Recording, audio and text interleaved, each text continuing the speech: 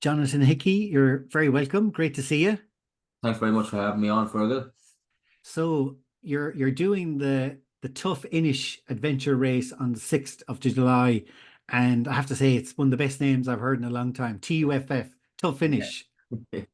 Yeah, so it's an extreme 62K adventure race up in Donegal in Inishowen, the most kind of northerly point and stuff as you're going to heading towards Donegal. And as I said, I don't do things by halves, so that they kind of just throw myself in the deep end, not to know what to expect, having done the work myself to get me around the course. And I've just been notified last night that if I don't reach the top of Sleeve Knocked by 12:30, that's game over. So I've got to put the skates on and stuff like that to get around the course. Can you just give us, so there's different distances, there's sprint, rebel, and then extreme, and Yeah. you're doing what a name, and you're doing extreme. So can you tell us it's a big mixture of stuff? Yeah, so it's a multidisciplinary approach in terms of like the disciplines of like physical, it's not just going to be physical but be mental. But so you've got like you start off with a 12.5K run, and then you're into a 1.5K kayak, which I have not done any prep work whatsoever. So I'm just mental fortitude and resilience is going to carry me through that one. And then you're onto the bike then for 22.5K, which I think has an elevation then of like 346 meters. And then you're on to Slieve Nocht, which is one of the steepest mountains up there. So it's like a 1K, it's 1K over boggy terrain, and then it's like a 2K steep incline. So it's 436 of an elevation, and then obviously come back down. That distance there is 7 kilometers of a hike. And then you come back down off that hike and you go on to a lovely bike ride of 18.5, and then you've got like a 200-meter sprint finish towards the end, but I'm pretty sure I'll be most likely going to the snail's pace once I get to that stage. Have you done anything like this before? I've never done anything like that before, whatsoever. But like that again is me myself. I always like to just throw myself, just go and do things, just and see what I'm capable of doing myself. And people that are in a less fortunate position that can't do these things. So I was like, when have the ability to do it, I said, why not test up and see what the body can do? Because my background in terms of where I come from is obviously as a coach, but I've done physique shows and stuff like that in past previous, so I know how tough and grueling that can be. So it's obviously it's a different discipline, so I can carry some aspects across into it, and we'll see what it tests as a terms and character. And when you say coach, just to let people know, it's a fitness coach, isn't it? Yeah, I'm health and fitness coach. So primarily working with mums and dads to help them take back control of their lives, because usually they put everything else on the back burner themselves. And then they put everybody else's needs before them. But my big ethos is like, you can't look after everybody else if you don't look after yourself.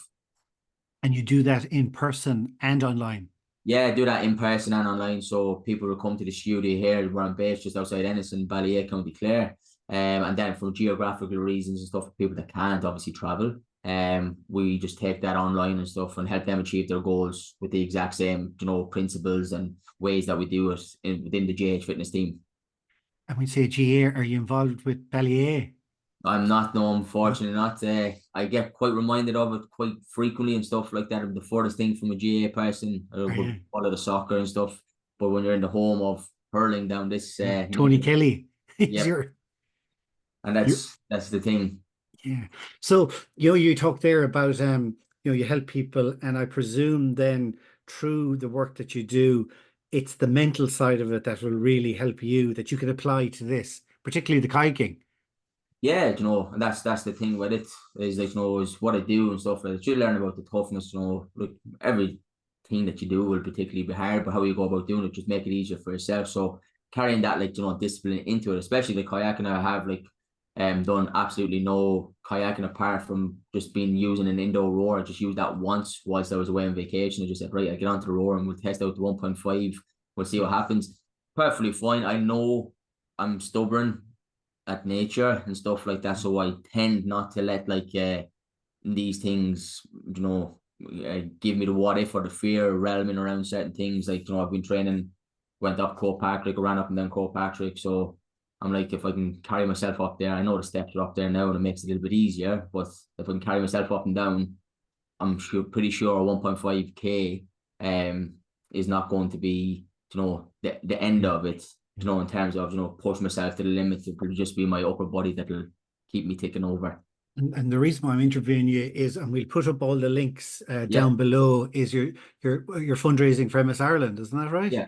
Fundraising for MS Ireland and stuff like that. Incredibly grateful to get the opportunity. Obviously, number one, to speak to yourselves to spread the awareness of it, but having a friend and seeing him go through what he's gone through and stuff like that in terms of moving back from the UK and then having to get his medications and all of these things. I'm not potentially not aware of the resources that are available to people and stuff like that. When they are diagnosed with MS and stuff, some people get hit with it quite differently. I understand that much of it.